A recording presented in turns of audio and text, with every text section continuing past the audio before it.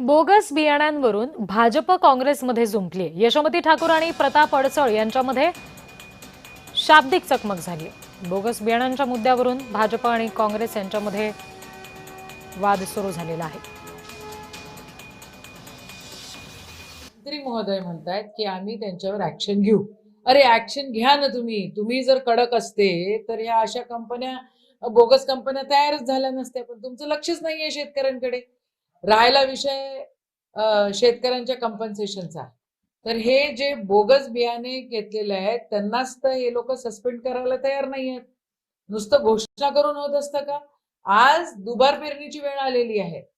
फक्त 20% पेरणं व्यवस्थित झालेलं आहे आणि बाकीची दुबार पेरणी आहे। मग ह्याला सरकार जबाबदार आहेत ना। कृषी मंत्री व आमचे पालकमंत्री बावनकुळे साहेब यांच्याशी चर्चाही केली आणि त्या संदर्भात माननीय पालकमंत्र्यांनी जिल्हाधिकाऱ्यांच्या नावानं एन्डोर्समेंट करून तात्काळ पंचनामे करून ज्यांचं नुकसान झालं आहे त्यांना नियोजनमधून भरपाई देण्यात यावी असं त्यांना पत्रही लिहिलं, रिमार्कही लिहिलं आणि माननीय कृषी मंत्री महोदयांनी सभागृहामध्ये जाहीर केलं आहे की या संदर्भात जिथं जिथं असं आढळलं आहे त्या सर्व कंपन्यांवर गुन्हे दाखल करू